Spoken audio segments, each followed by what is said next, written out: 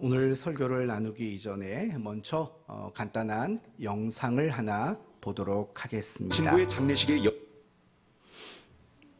친구의 장례식에 여장을 하고 나타납니다. 영국의 군인이었던 케빈 엘리엇은 아프가니스탄으로 파견을 나가 전투 중 24살의 나이로 세상을 떠났는데요. 그리고 얼마 후 그의 장례식 날, 장례식 예의에 맞지 않게 형광색 드레스를 입고 여장을 한 남자가 들어오는데요. 그는 남의 눈을 신경 쓰지 않고 눈물을 흘리고 있었습니다. 여장을 한 이 남자의 이름은 베리 델라니. 생전 케빈과 가장 친한 절친이었고 이 둘은 한 가지 약속을 했다고 합니다. 그 약속은 서로 누가 먼저 세상을 떠나게 되면 여장을 하고 우스꽝스러운 모습으로 장례식에 등장하자는 것이었는데요. 약속을 지켜준 베리 덕분에 케빈은 웃는 모습으로 하늘로 갈 수 있었을 것 같네요. 짧은 영상이었습니다. 아프가니스탄으로 파병을 갔던 영국의 두 명의 청년의 이야기입니다. 두 명의 청년이 어느 날 그런 약속을 했답니다. 너나 나나 누가 먼저 죽든지 그 장례식에 갈 때는 여자처럼 미니스커트를 입고 뾰족구두를 신고 그렇게 참석하도록 하자라고 약속을 한 겁니다. 그런 약속을 한 이유는 이런 거죠. 그 전쟁터에서 얼마나 무서웠을까. 서로가 죽음에 대한 그 공포심을 이기려고 그런 약속들을 아마 했으리라 생각합니다. 그런데 뜻하지 않게 친구 하나가 그곳에서 그만 죽게 된 거고, 그 친구의 장례식에 참석한 또 다른 친구는 약속대로 여장을 하고 장례식에 왔다라는 이야기입니다. 친구의 약속을 지킨 청년의 이야기였습니다. 제가 이 영상을 본 이유는 오늘 본문도 같은 관점에서 우리가 살펴보려고 하기 때문에 그렇습니다. 주님께서는 제자들에게 그리고 신앙의 공동체들에게 성령을 보내시겠다 약속을 하셨고, 오늘 본문은 바로 그 약속하신 대로 성령을 보내주시는 그 장면을 우리에게 소개하고 있습니다. 그래서 오늘 본문에 있어서 제일 중요한 주제는 약속이라는 주제입니다. 약속이라는 주제. 그래서 오늘 본문을 통해서 우리에게 주신 약속들, 그 약속을 지키시는 하나님을 배우고 확인하는 그런 시간을 가지려고 합니다. 오늘 본문 1절을 보시면 한 명절이 소개가 됩니다. 그 명절의 이름을 오순절이라고 이야기합니다. 오순절이라고 말합니다. 여러분은 오순절이 어떤 날인지 혹시 알고 계십니까? 오순절은 어떤 날일까요? 두 가지 측면에서 오순절을 설명할 수 있습니다. 첫째는 농업과 관련된 농업적인 배경으로 설명할 수 있고, 또 하나는 역사적 배경으로 오순절을 설명할 수 있습니다. 먼저 농업적인 배경으로 오순절을 말한다면 6월절 첫 번째 안식일 지난 다음 날부터 50일째 되는 날, 그날이 어떤 날이냐면 보리와 밀의 그 추수를 감사하는 절기입니다. 우리는 그 절기를 맥추절이라고 말합니다. 맥추절. 그리고 6월절 지나고 첫 번째 안식일 다음 날부터 7주 뒤기 때문에 우리는 그날을 또 무슨 절이라고 말하냐면 칠칠절이라고 말합니다. 그러니까 이 오순절, 맥추절, 칠칠절 모두 같은 의미인 겁니다. 그리고 그것은 그 보리와 밀의 추수와 관련된 의미로 쓰여졌습니다. 그래서 농업적인 배경으로 오순절을 이해한다라고 말을 드렸습니다. 여러분에게 참고적으로 하나 말씀을 드립니다. 우리 교회는 지키지 않지만 매월 7월 첫째 주일은, 매년 7월 첫째 주일은 한국 교회가 맥추 감사 주일로 지킨다는 거 혹 아시는 분도 계실 겁니다.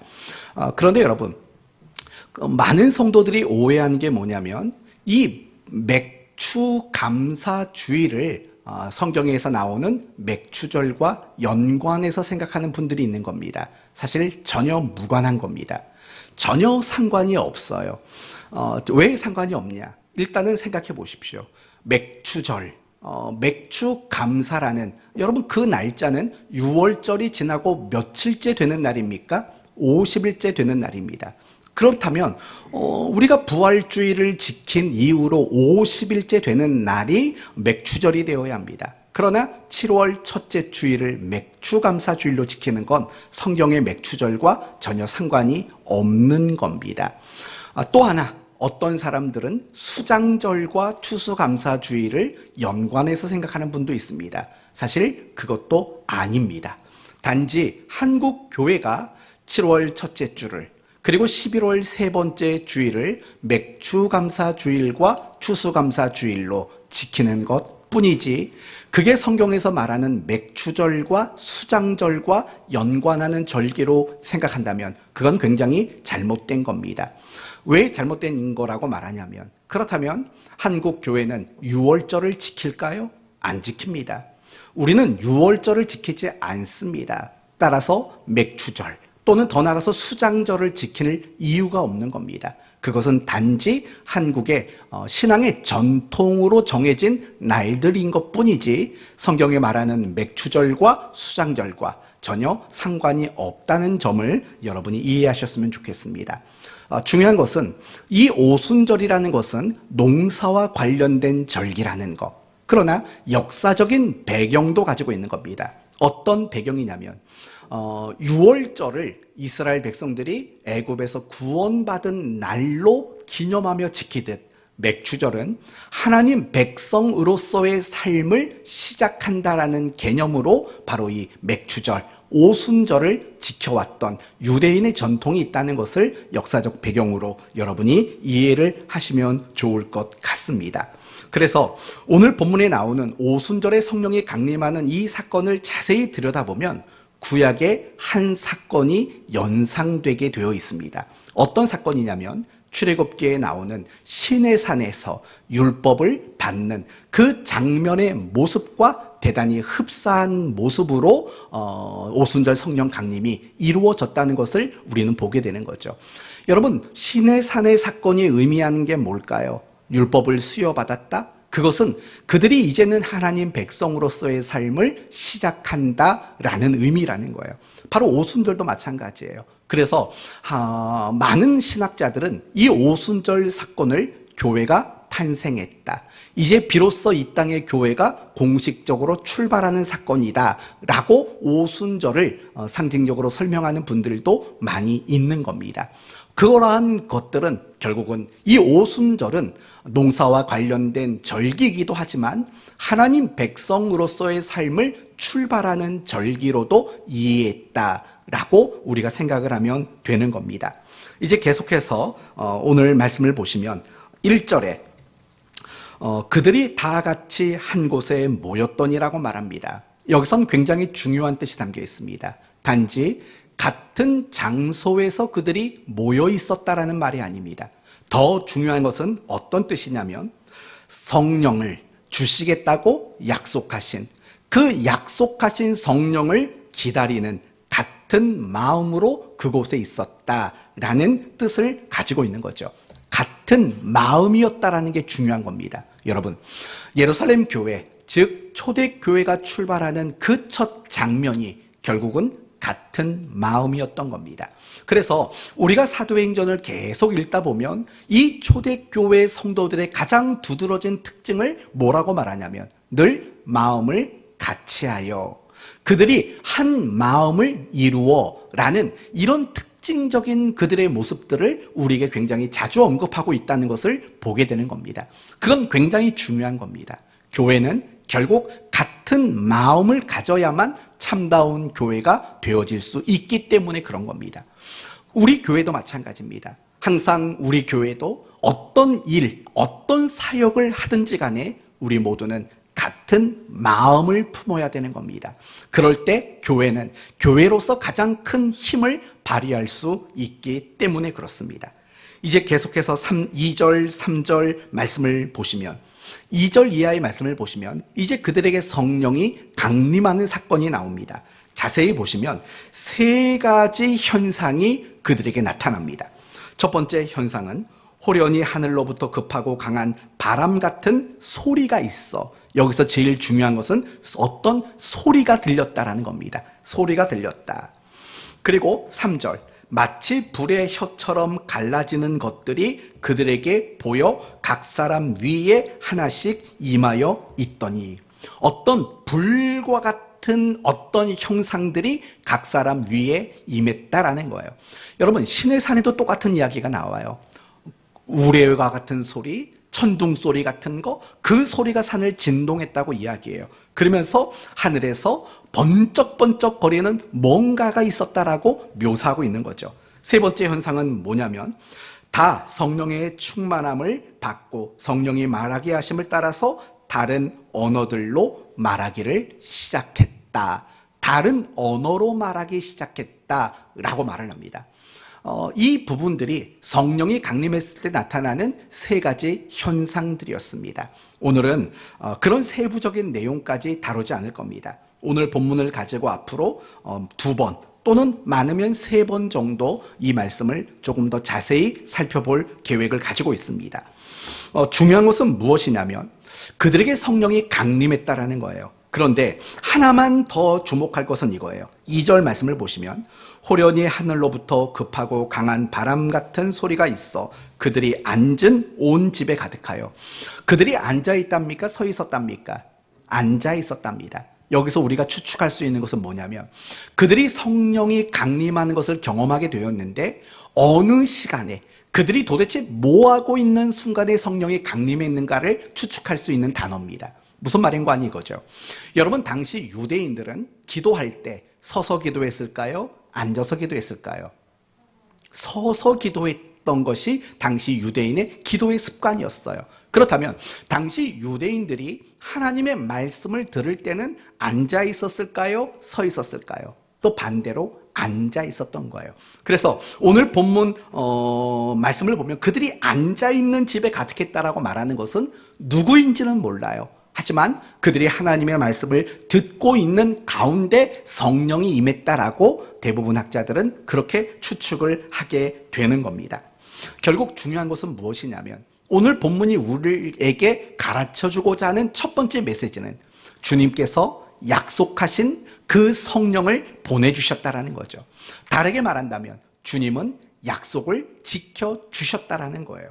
사도행전 1장 말씀을 보시면 4절 5절에 주님이 이런 약속을 하죠. 1장 4절 5절. 사도와 함께 모이사 그들에게 분부하여 이르시되 예루살렘을 떠나지 말고 내게서 들은 바 아버지께서 약속하신 것을 기다리라. 요한은 물로 세례를 베풀었으나 너희는 몇 날이 못되어 성령으로 세례를 받으리라. 주님은 승천하시기 전에 제자와 신앙의 공동체들에게 이런 약속을 한 거예요. 몇 날이 못되어서 너희가 성령을 받게 될 것이다 라고 약속하셨다라는 거예요. 그리고 중요한 것은 그 약속을 주님은 지금 지켜주셨다라는 겁니다. 오늘 이 관점에서 오늘 본문을 이해하려고 하겠다라는 겁니다. 우리가 믿는 기독교를 약속의 종교라고 부릅니다. 약속의 종교. 그 이유는 무엇일까요? 우리가 믿는 이 경전, 우리 기독교의 경전인 성경 안에 하나님이 우리에게 주신 약속들이 너무나도 많이 있기 때문에 그렇습니다. 그렇죠. 성경 안에는 온통 우리를 향한 복된 약속들이 가득 차 있습니다. 그래서 우리는 성경을 뭐라고 부르냐면 구약이다, 신약이다. 이런 식으로 약속을 근거한 경전으로 우리는 그렇게 호칭해서 쓰고 있습니다. 그래서 구약 성경을 보든 아니면 신약 성경을 보든 간에 그 속에는 하나님의 백성들을 향해서 주신 수없이 많은 복된 약속들로 가득 차 있다는 것을 우리는 알 수 있는 거죠. 어떤 약속들이 있습니까? 가장 큰 약속은 하나님은 항상 우리와 함께 하시겠다라는 이 약속이 사실은 굉장히 큰 약속인 거예요. 그게 왜 큰 약속이냐면 이 함께 하시겠다라는 그 약속을 이해하시려면 에덴 동산 사건을 우리는 기억해야 돼요. 아담과 하와는 죄짓기 이전에 항상 하나님과 함께 했습니다. 그러나 그들이 범죄한 이후로 그들은 에덴 동산에서 추방을 당합니다. 항상 하나님과 함께할 수 없는 존재가 되고 말았던 겁니다. 그런 인간들이 가지고자 하는 최고의 축복은 무엇이냐? 다시 하나님과 함께하는 자가 되는 것이 인간이 가지는 가장 큰 축복이고 기대고 소망일 수밖에 없는 겁니다. 그래서 하나님께서는 항상 우리와 함께 하시겠다라는 이 약속의 그림자로 뭘 보여주셨냐? 결국은 성막이라는 걸 보여주신 거죠. 성막을 통해서 하나님이 우리와 함께하는 것을 제한적이지만 부분적이지만 그 성막을 통해서 우리에게 그 약속의 소망들을 갖게 하시는 거죠.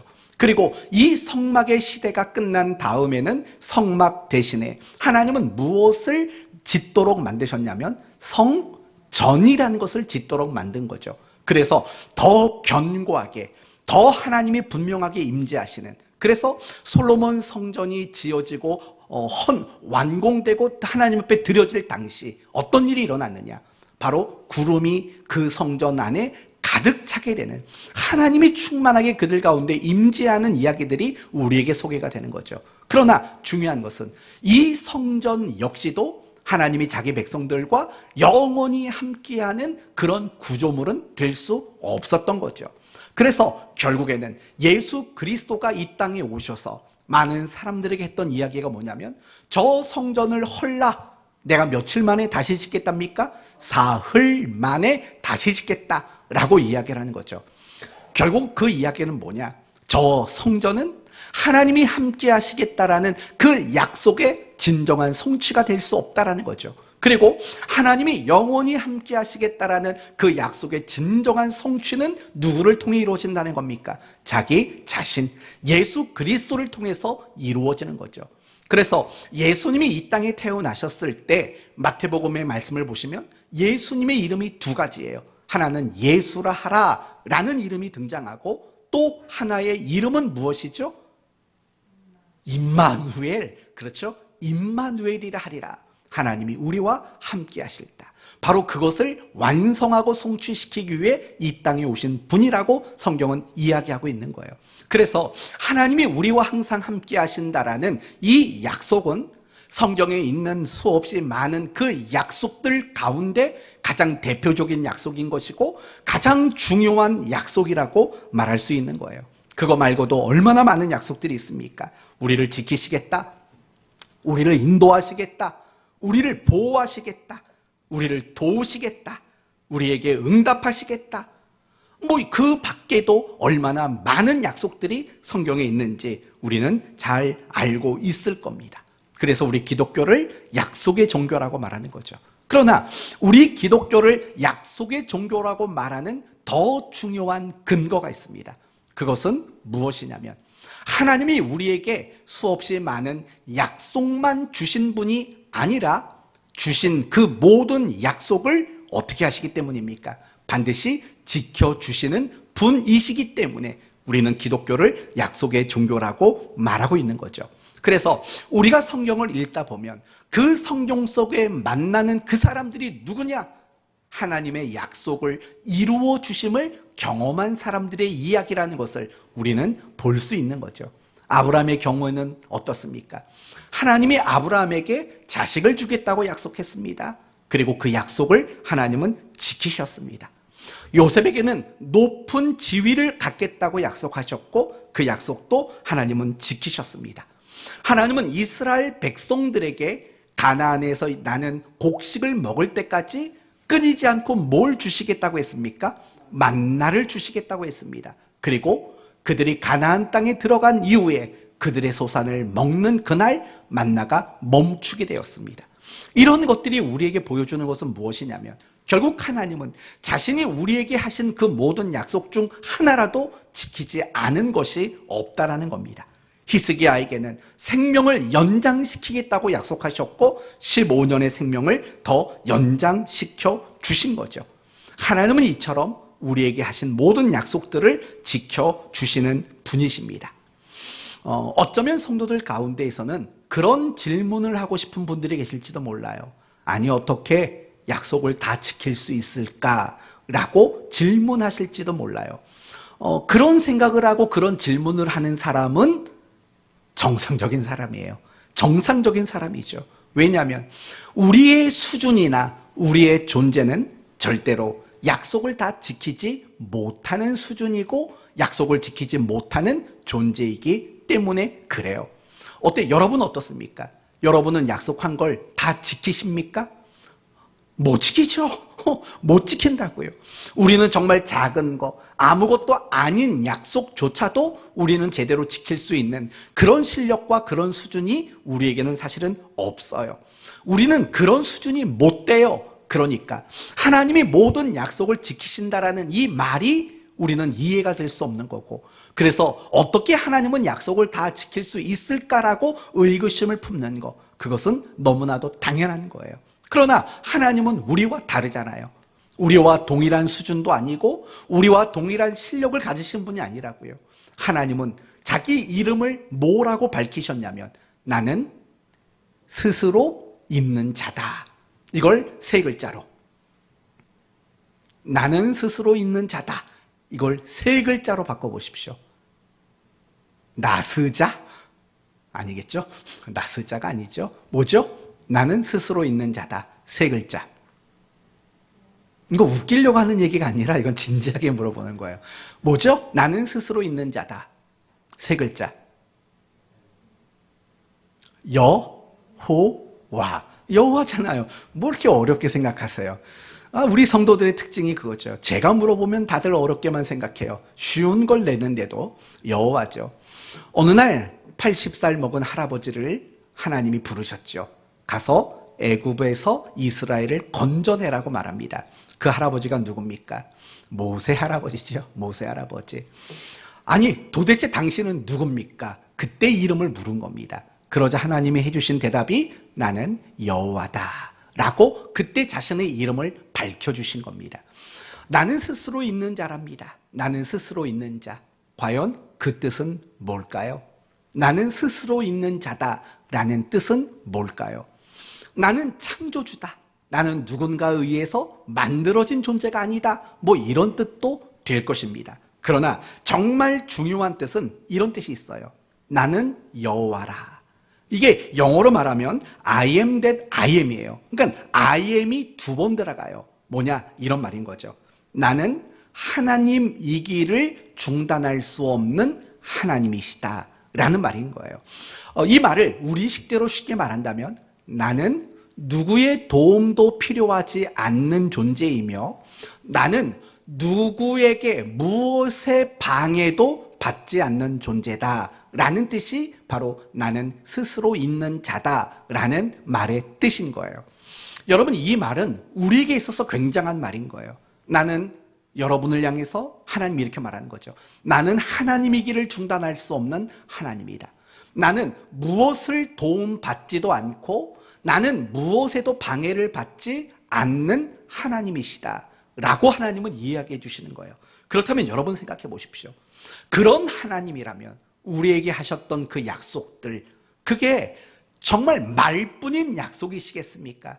그 모든 약속들을 하나님은 얼마든지 지켜내실 수 있는 그런 하나님이라는 거예요. 그래서 모세가 그 하나님을 뭐라고 묘사했냐면 이렇게 묘사했습니다. 그런즉 너희는 알라. 오직 내 하나님 여호와는 하나님이시요 신실하신 하나님이시다. 모세가 이런 고백을 하게 되는 거죠. 사랑하는 성도 여러분, 여러분이 믿는 하나님은 뭔가의 방해를 받는 하나님이 아니고 무엇인가의 도움을 받아야 하는 하나님이 아닙니다. 우리의 하나님은 누군가에게 도움이 필요도 없고 누군가에 의해서 방해받는 일도 없는 바로 그런 하나님이시죠. 단 한순간도 그렇기 때문에 하나님이 아닐 수 없는 하나님이라는 거예요.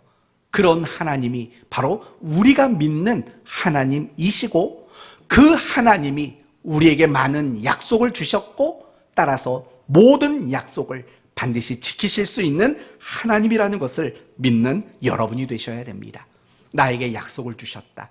그리고 하나님은 그 약속을 지킬 수 있는 분이시다라는 사실이 여러분에게 위로가 되고 소망이 됐으면 좋겠고 또 하나님이 우리에게 허락하신 그 모든 약속들을 매일의 삶 속에서 경험하는 그런 여러분이 되셨으면 좋겠습니다.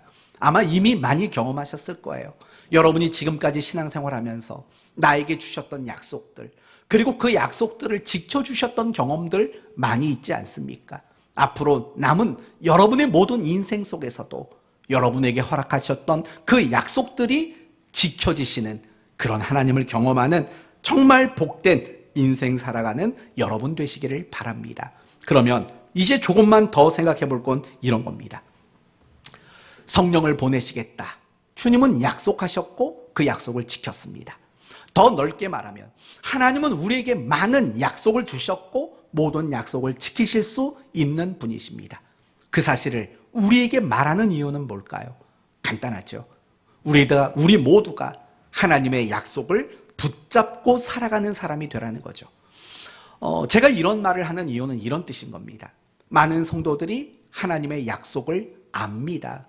하나님의 약속이 무엇인지 모르는 사람이 몇 명이나 있겠습니까? 아까 말한 대로 말한다면 나와 함께 할 거다, 날 사랑할 거다, 용서할 거다, 도울 거다, 날 인도할 거다, 모든 걸 합력하여 선을 이루게 할 거다. 여러분, 이 정도의 하나님의 약속을 모를 사람이 누가 있겠습니까? 다 알죠. 그러나 중요한 것은 뭐냐면 하나님의 약속을 머릿속으로는 알고 있지만 실상으로는 그 하나님의 약속을 붙잡고 살아가는 성도들이 그다지 많지 않다라는 거예요. 그래서 여러분에게 말씀을 드리는 건 그거죠. 하나님의 약속을 머리로 알고 이해하는 성도 말고 하나님의 약속을 정말 믿음이라는 손으로 굳게 붙잡는 그런 성도가 될 것을 여러분에게 권면하는 거 아니겠습니까? 바로 이런 것들이 중요한 거예요. 우리가 신앙생활을 할 때 도대체 뭘 붙잡으시겠어요? 목사님을 붙잡으시겠어요? 장로님을 붙잡으시겠어요? 권사님을 붙잡으시겠어요? 무엇을 붙잡으시겠냐고요? 오직 우리가 붙잡을 수 있는 것은 하나님의 약속 말고는 없는 거예요. 하나님의 약속의 말씀 말고는 우리가 굳게 붙잡을 만한 것이 사실은 없는 거라고요. 그래서 정말 우리가 신앙생활할 때 하나님의 말씀을 붙잡는 그 일은 너무나도 중요한 일일 수밖에 없어요. 왜 그러냐? 우리가 하나님의 약속을 붙잡을 때 우리는 담대한 사람이 될 수 있어요. 그리고 능력 있게 정말 그리스도인다운 삶을 비로소 살 수 있게 되기 때문이라는 거예요. 몇 사람의 예를 한번 들어봅시다. 여호수아와 갈렙을 생각해 보세요. 그들은 거인족들을 보고 왔어요. 그런데도 불구하고 뭐라고 말하냐면 그들은 우리의 밥이랍니다. 이게 말이나 되는 얘기입니까? 자기들보다 월등히 강하고 월등히 큰 그들을 보면서도 그들은 우리의 밥이라고 말합니다. 이렇게 담대히 말할 수 있었던 이유는 도대체 뭘까요? 약간 획가닥한 건가요? 그렇게 담대하게 말할 수 있는 이유는 뭘까요? 아무리 찾아봐도 방법이 없어요. 이유가 없어요. 딱 하나밖에는 하나님이 그 땅을 우리에게 주신다고 약속했다. 그 약속을 붙잡는 것 말고는 그들의 담대함을 설명할 수 있는 다른 방법이 없다고요. 여리고성을 생각해봐요. 한 바퀴씩 돌아라. 마지막 날 7바퀴 돌아라. 나팔 소리가 들리면 뭐 하라고요? 고함을 쳐라. 여러분, 이것이 인간적으로 보면 얼마나 무모한 짓이냐고요. 얼마나 미련한 거냐고요. 그런데도 불구하고 이스라엘 백성들은 하나님이 말씀하신 그대로 그들은 순종을 한다고요. 도대체 그들로 하여금 순종하도록 만들었던 이유는 과연 뭘까? 간단하죠.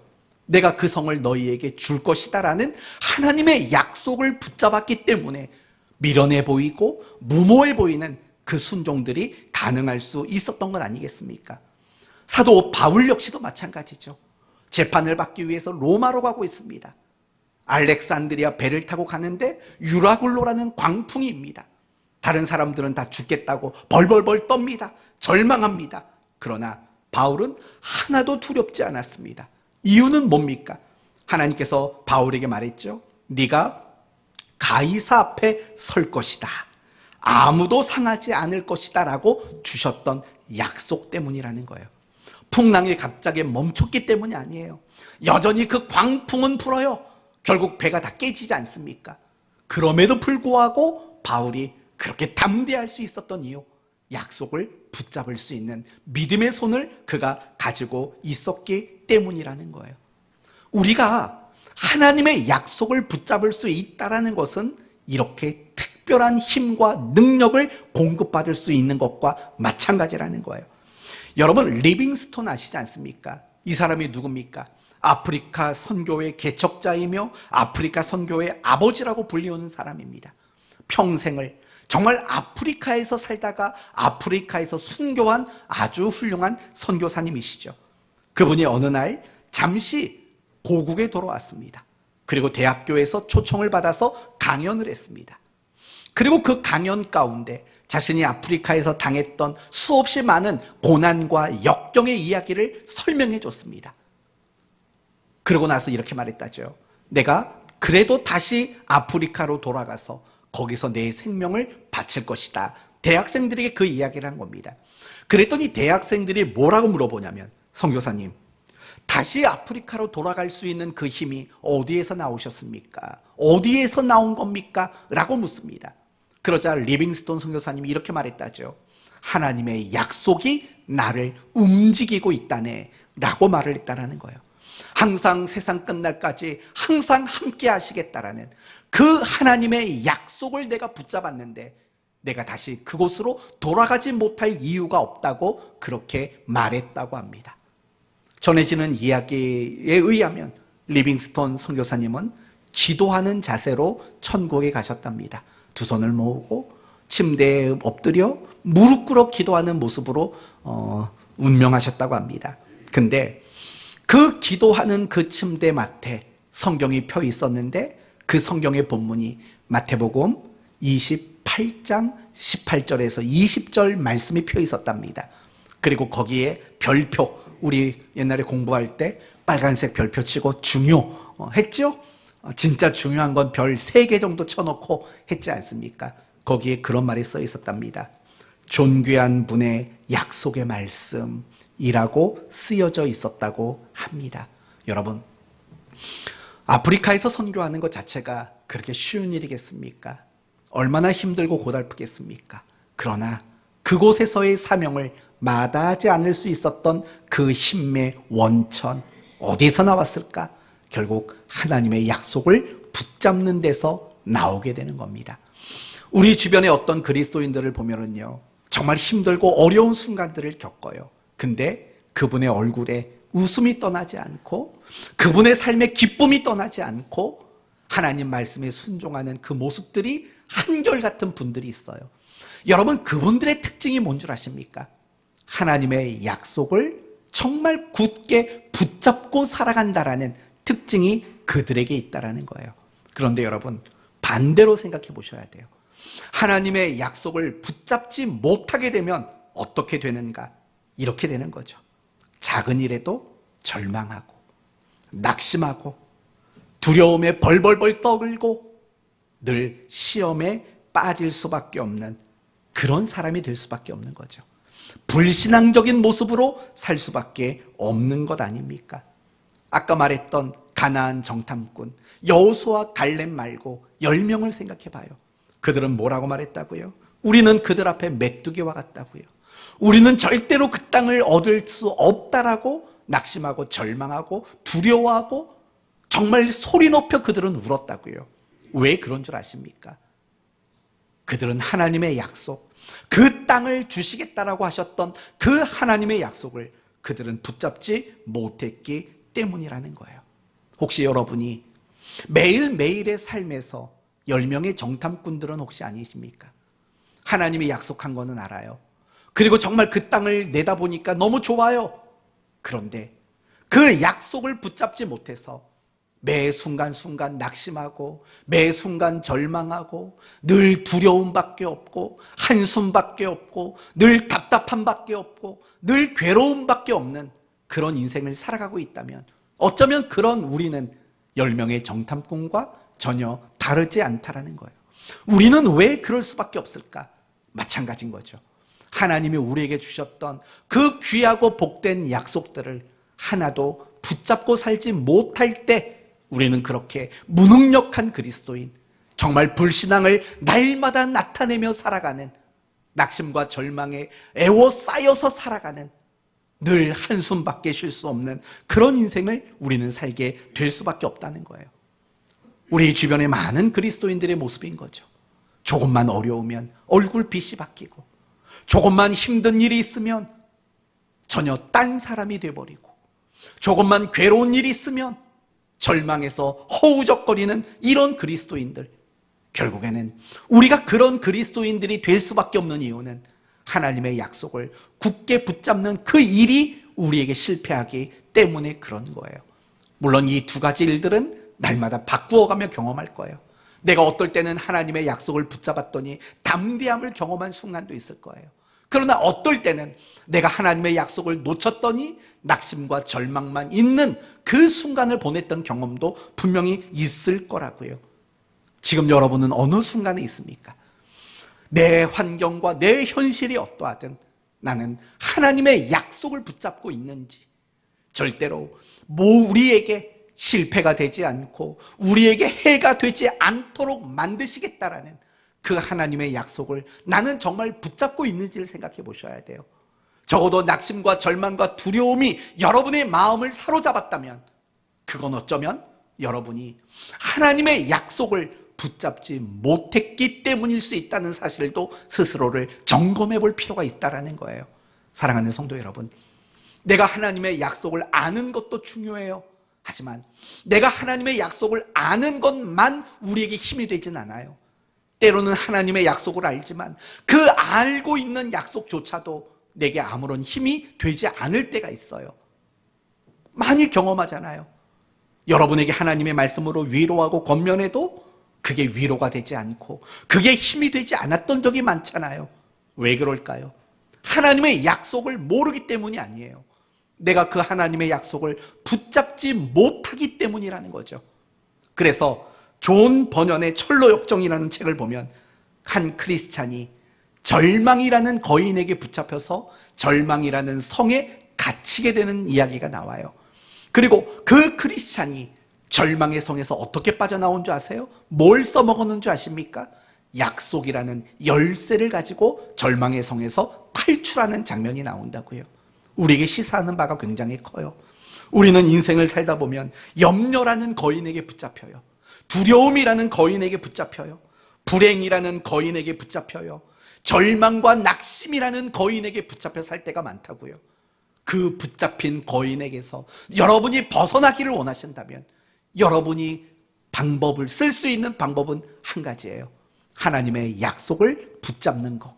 그거 말고는 온갖 종류의 거인에게서 벗어날 수 있는 그 어떤 방법도 우리에게 존재하지 않는다고요.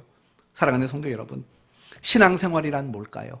오늘 본문의 주제대로 말한다면 신앙생활이란 하나님의 약속을 붙잡는 거, 그게 바로 신앙생활인 거죠.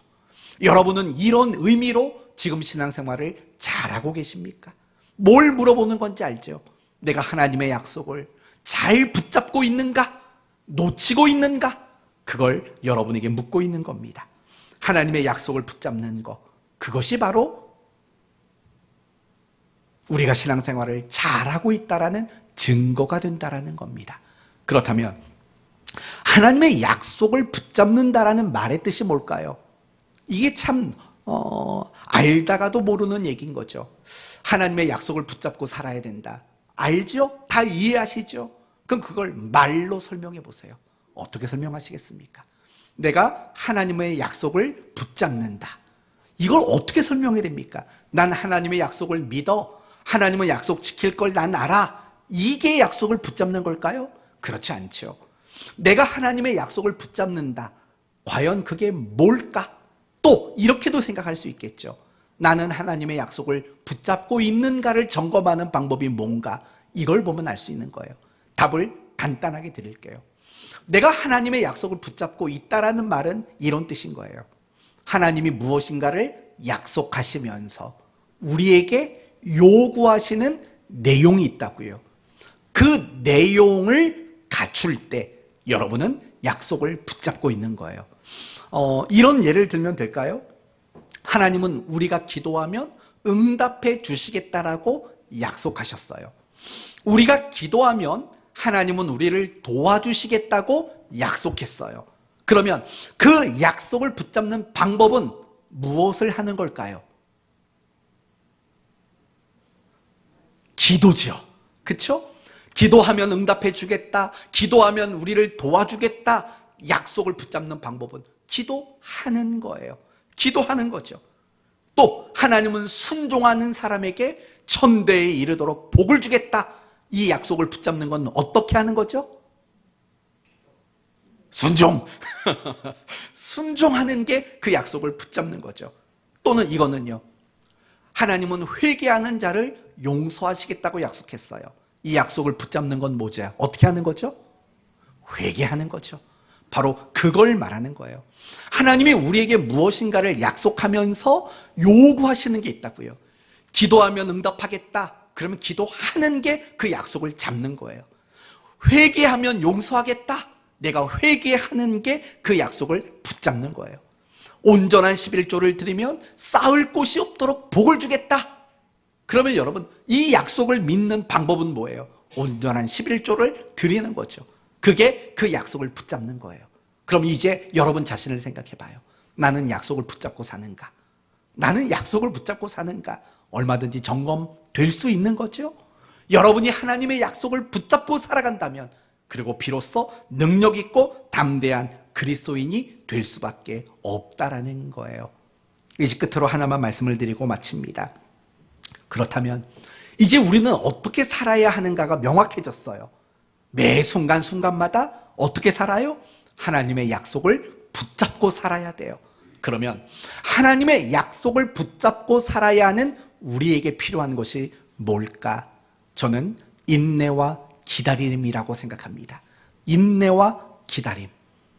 여러분, 하나님의 약속을 붙잡고 살아가는데 왜 인내와 기다림이 필요할까요? 이유는 이런 것들 때문이에요. 하나님이 약속하신 것을 이루시는 그 시간표가, 하나님이 정하신 시간표와 우리가 생각한 시간표가 다르다라는 거예요. 예를 들면 하나님은 아브라함에게 아들을 주겠다고 약속했어요. 그런데 그 약속을 지킬 때까지가 몇 년이 걸렸습니까? 25년이 걸렸어요. 요셉에게는 높은 지위를 주겠다고 약속했어요. 그 약속이 이루기까지 몇 년이 걸렸냐면 13년이 걸렸어요.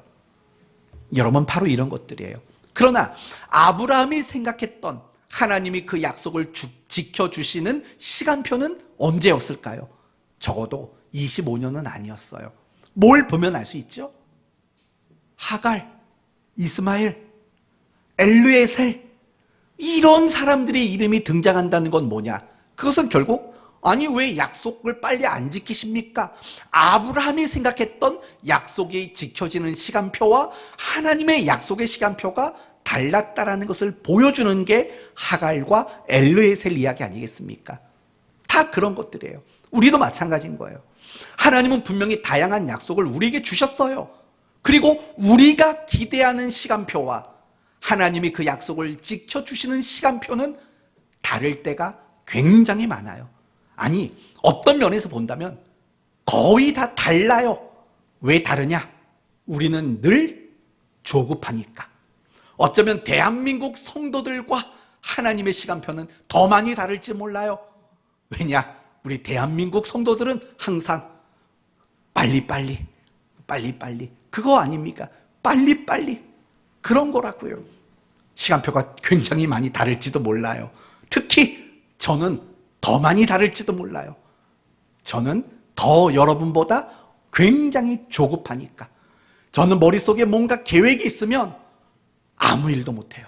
그 계획한 걸 빨리 하기까지는 아무것도 못하는 정도로 굉장히 조급한 사람이니까. 그렇다면 정말 우리에게 필요한 것은 뭘까? 인내밖에 없는 거예요. 인내, 그리고 기다림, 이거밖에 없어요. 여러분, 1절을 보면은요, 굉장히 재밌는 표현이 나와요. 1절, 오순절 날이 이미 이르매 라는 단어가 나와요. 이 단어를 제가 헬라어 사전을 찾아보니까 이렇게 예를 들어 설명하더라고요. 모래시계 아시죠? 모래시계. 딱 뒤집어 놔요. 그러면 모래알이 하나씩 쭉쭉쭉 밑으로 떨어지잖아요. 마지막 모래 한 알이 떨어지는 그 순간을 이미 이르매라고 말을 해요. 그리고 또 이렇게도 얘기를 해놨더라고요. 여러분, 시계를 보면 초침이 딱딱딱딱딱딱 가잖아요. 마지막 내가 생각하고 있는 그 시간의 마지막 한 칸, 그 칸이 딱 도착한 그걸 이미 이름에라는 단어로 설명하는 걸 봤어요. 근데 우리는 그런 것들인 거예요. 마지막 그 모래 한 알이 떨어질 그날까지 우리는 인내하고 기다려야 되는데 우리는 그걸 잘 못하는 거예요. 그래서 하나님이 우리에게 도대체 약속을 지키시기는 하는 건가라는 의심이 되는 이유가 바로 그 시간에 대한 인내와 기다림이 우리에게 부족하기 때문이에요. 하나님은 분명히 약속 지켜요. 근데 언제 지켜주시겠다고 약속한 적은 없잖아요. 그렇죠? 여러분이 원하는 시간에 지켜주겠다고도 약속한 적이 없어요. 분명히 약속은 지켜요. 하나님이 그 약속을 지킬 때까지 우리는 인내하고 기다리는 게 필요해요. 그리고 또 한 가지, 여러분도 약속 좀 지키는 사람이 되십시오. 약속을 지키는 사람. 우리가 신앙생활하면서 하나님께 약속을 많이 했을까요? 안 했을까요? 옛날에는 그런 말도 많이 있었어요. 내가 하나님 앞에 서원했다고. 그런 말을 많이 썼는데 요즘에는 그런 단어가 별로 안 쓰여지는 것 같아요. 그런데 그 서원이라는 단어가 안 쓰여지더라도 사실 우리는 약속을 참 많이 하고 살아요.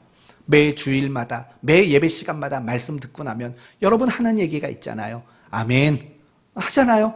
그게 다 뭐냐? 다 약속인 거예요. 네, 그렇게 살게요 라는 약속이라고요. 근데 그런 거 말고도 사실 여러분은요 약속을 되게 많이 해요. 하나님께. 하나님, 앞으로 제가 기도 열심히 하겠습니다. 하나님, 제가 앞으로 전도 열심히 하겠습니다. 하나님, 제가 앞으로 용서 잘하겠습니다. 이런 약속들을 우리는 굉장히 많이 한다고요. 근데 의외로 우리는 그 약속을 부도낸 적이 많아요.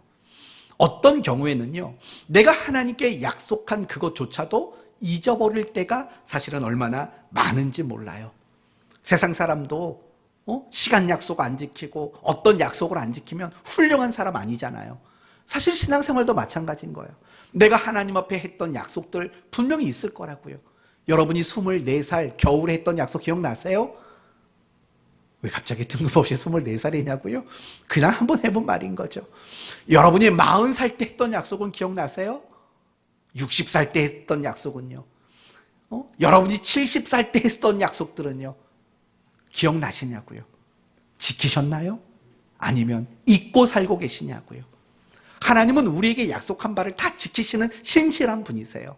우리도 그 하나님이 우리에게 약속을 지켜주시는 그 모든 순간 속에서 우리도 약속을 지키는 신실한 사람이 되고자 노력하는 일들, 이런 것들이 우리에게 필요한 거예요. 저는 오늘 밤에 이런 은혜의 역사가 여러분에게 있기를 바라요. 갑자기 내가 하나님한테 했던 약속들, 새카맣게 잊고 있었던 그 약속이 자다가 문득 떠올라서 잠이 깨게 되는, 그래서 기도했더니 하나님을 경험하게 되는 그런 은혜로운 일들이 많이 생겼으면 좋겠어요. 한번 고민은 해보세요. 내가 하나님 앞에 내가 이런 약속을 했지 라고 잊고 있는 것들은 없는지 고민해 보시기 바랍니다. 말씀을 마치겠습니다. 몇 날이 못되어 너희에게 성령을 보내주실 것이다 약속하신 주님은 그 약속을 지키셨습니다. 하나님은 우리에게 많은 약속을 주셨고 그 약속을 다 지켜주시는 분이십니다. 그 약속을 붙잡으셔야 합니다. 무엇을 가지고요? 인내와 기다림을 가지고, 나도 하나님 앞에 신실한 자세를 가지고 그 약속을 붙잡을 줄 알아야 합니다. 하나님의 약속을 붙잡을 때 우리는 강하고 담대한 성도가 될 수 있습니다. 저와 여러분 모두가 남은 신앙생활 속에 하나님의 약속을 담대히 붙잡게 되기를 예수 그리스도의 이름으로 축원드립니다.